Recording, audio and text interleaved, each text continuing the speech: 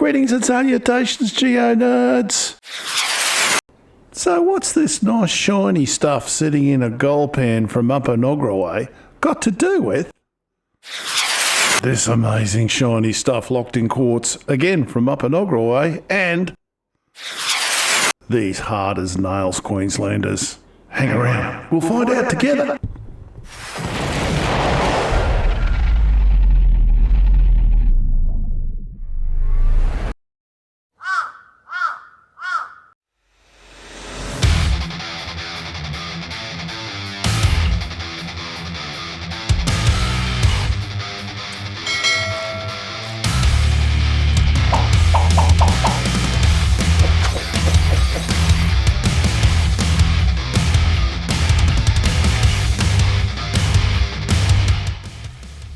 Well, Geo nerds, here we are again down in the city, heading towards the valley. Go under the Story Bridge, because we can. Fly through the city? Nah, not today.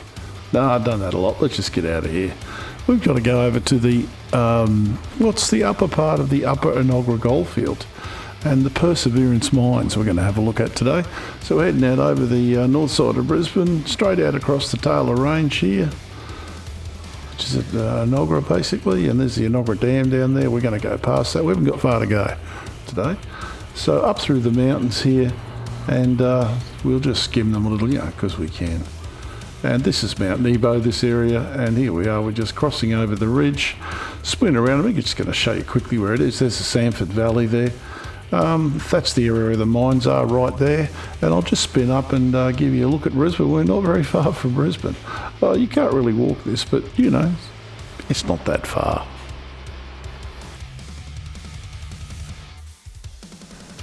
Well, here we are, Geo nerds. This is the Enoggera Reservoir. You can see it there. This is the Brisbane Forest Park, or the Aguilar Forest Park. And the area we're looking at today is here, where that 31 sign is, Perseverance and Independent. Here's the map of the old Enoggera Goldfield. And it's Enoggera, Camp Mountain, Brookfield, all that. Mount Cootha as well. We'll do that later. And we're going over here. You can see the bend in the Mount Nebo road there as it's drawn. And that's where those mines were, in the upper reaches of that creek. Not too far from Hellhole Break, Gizmo and Grant. Anyway, here are the mines as drawn. Remember, miners weren't very good at filling out paperwork, so there are all sorts of workings here that are not on this map. That's for sure, but we found quite a few of those. Not much to see in a lot of places. Here's a diagram of it. The bench cut, I found that. That's where I walked across. We walked across that little gully, and we couldn't find that track going down, but the lantana is so thick. It's summertime at the moment. We've had a big wet season, so the lantana is like 8-10 feet high, and I just gave up. Here's the geology. There's our Sanford granite. There's our Enoggera granite. And here's our Brisbane phyllite heading into our Narrandley fern bales. And what have we got here? We've got a contact zone. So we've got that big hot Enoggera granite pushing up against the shales, and it's cooking them. And this is where this gold occurs. Over where Camp Mountain as well. Here's a lidar. There's the Mount Nebo road cruising through the top. It's pretty great. That lidar's fantastic. I found these tracks on the lidar. There's that cutting I'm going to show you later on, and here's the shafts, and we walked that little faint track. You see the tracks all over the place there. Tell you, walking this country with modern equipment makes me respect these men a whole lot more. Here is a magnetic dipole anomaly map.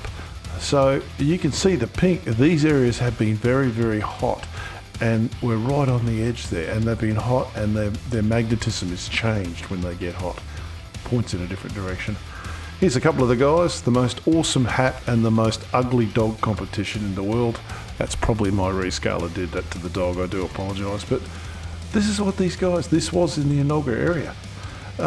Initially all alluvial, so the boys just went up there and they just followed the gold up the creek, because remember the Enoggera Reservoir wasn't there, and they just were panning gold out of the creeks. Fish Creek, they were panning nuggets this size out of Fish Creek, which is nowadays right in the middle of the gap. There's a school there and a nursery and stuff.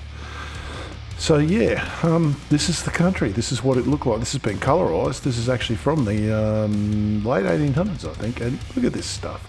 You can't walk through this. This is hard stuff. They followed Aboriginal tracks and creeks like everyone else did. It's a sort of just an amazing forest. They went through and cut timber out of it for sure, but they didn't walk through it, they just smashed holes in it. So this is the sort of country these men were living in. This has been cleared, but look at the slope on the land. Nothing up here is flat, absolutely nothing. And that slope we walk on later on, this is an adit there. This is actually on the other side over near Camp Mountain, but it wasn't good at it. Looks like another. We'll go and check this out later. I think it's on private property now, but I'm not too sure. We'll go and check it out. Last time the guys went in there, it was full of water, so not into stagnant water, whatever. This is what they were chasing. This is gold in quartz in schist, because metamorphosed shale is called schist. And it looks like this. It gets all buggy with all sorts of minerals. That's got quite, I don't think anyone around here has found gold looking like that, but that is what it looks like. That's a quartz vein there. Look at the size of that vein. That's probably, that vein is probably 8-9 inches wide. This is another adit on the other side at Camp Mountain. Wooden rails, tough people, they really were. There was a crushing mill at the bottom of this hill. That track going down led to a crusher. It was only there for a few years, and then it got disassembled and taken to Croydon, and then they couldn't really crush stuff because, there was nothing left. Anyway, let's have a look. Well folks, here we are. We're up at Mount Nebo Road.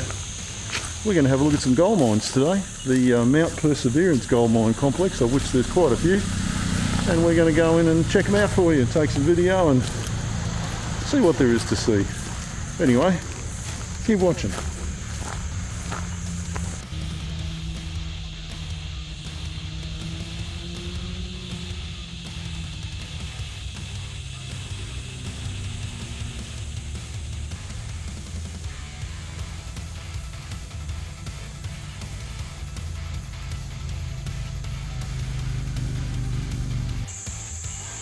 Folks, here we are in one of the Perseverance workings. I'll put up on the screen which one this is. And this is a substantial piece of working, considering most of this was done by hand. Well, it was all done by hand. Might have used a bit of explosives, but the rest of it was all done by hand. Well folks, we're following one of the old digger paths here that heads across this slope. You can see where it's all been cut in to the slope there, and it's grown over and whatever, but you can definitely see the path. Somebody's dug a lot of dirt out to make this, so it must go somewhere. Let's check it out.